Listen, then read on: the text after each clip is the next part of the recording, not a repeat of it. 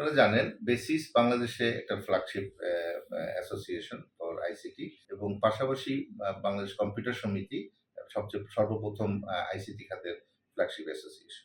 তো ২০১৬ সালে বেসিসের মাধ্যমে আমার উপলব্ধি হয়েছে যে জাপানে যারা কাজ করে তাদের জন্য স্পেশাল একটা নারিশমেন্ট দরকার। তাদের একটা আ যদি আমরা একখানে একটা প্ল্যাটফর্মে আনতে পারি, তাহলে কমন অ্যাপ্রোচ এর মাধ্যমে জাপান মার্কেটকে আমরা অ্যাপ্রোচ করলে অনেক বেটার রেজাল্ট আসবে। সেই প্রেক্ষিতে জাপান ফোকাস গ্রুপ আমি গঠন করি এবং আজকের সেই জাপান ডেস্ক সেটারই একটা চলমান প্রক্রিয়া।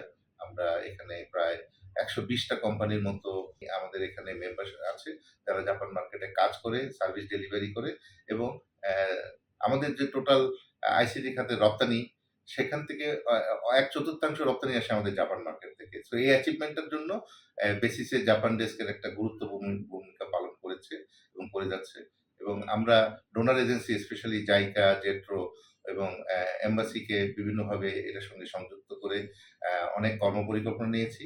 তার মধ্যে বিজেট, বিমেট এবং বিটপ এসি অনেকগুলো প্রোগ্রাম আমরা জাইকার সঙ্গে পালন করে যাচ্ছি।